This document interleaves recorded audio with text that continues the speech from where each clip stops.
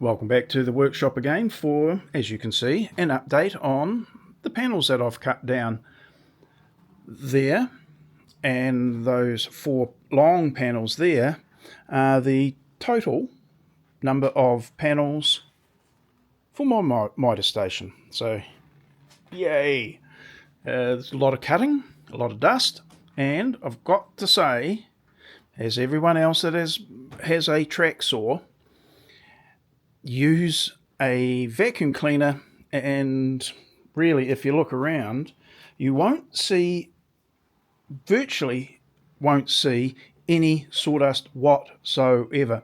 I would estimate that the saw in its configuration, just like it is, was able to extract 95 to 98%, whatever, pick a figure, on the very high end, and I was actually quite impressed.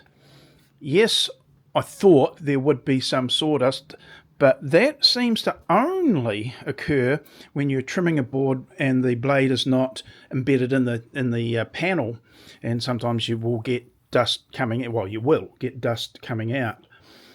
One of the things that was mentioned, and I think it was Ron Polk, in his video talking about the sacrificial board. Was it?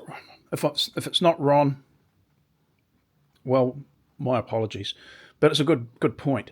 He was saying that he doesn't like using polystyrene or foam boards or anything like that. He'd much rather use plywood offcuts. Yeah, so would I now, knowing what I know. I actually, the few times I actually comment on sites, made the comment that yes, I'm going to be also becoming a bit of a user of plywood, and I will definitely be looking at that, because witness all the little bits of polystyrene. In this case, that's what I've used, simply because I had some polystyrene from some packing boards, or packing items when I got a couple of machines. But nonetheless, you get all the flaming static cling of the polystyrene bits, and if you are, in my case I did on 1 or 2 panels, I had to butt the panels together to get an overall measurement, then those little bits can get in the way and cause some problems.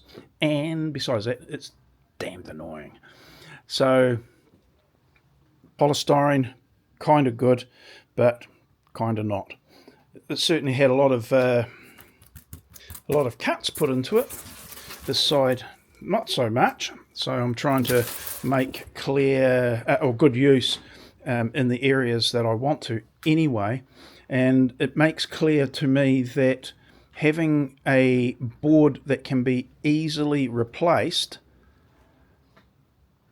in the bench that I'm making would be a very wise thing to have. So it's a sacrificial board where the blade helps to, if you cut through a panel with a sacrificial piece underneath, it helps to stop the splintering.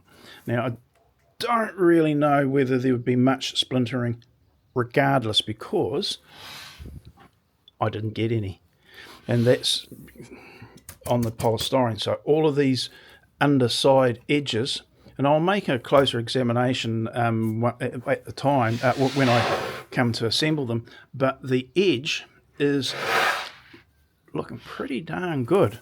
So that idea of having to use it to help stop the splintering, while logical, I haven't found the splintering at all, and I'm quite happy.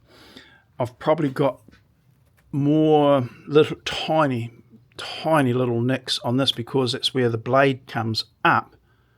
It may be that's where the splintering is happening, is on this top edge, not the bottom edge. So maybe that is, of course, why we have the rubber splinter strip or anti-splinter strip on the track saw rail itself. But quite happy with that indeed. So now I've got to do some clashing strips of which I've got some up there left over from another job, but that's what I'll be doing in the next day or two, and once we've got that done, and there's a lot of it, I can progress a little bit further. Rightio, that's it. I will end this before the Big Mac truck comes beeping up the driveway right next door. So yeah, that's it.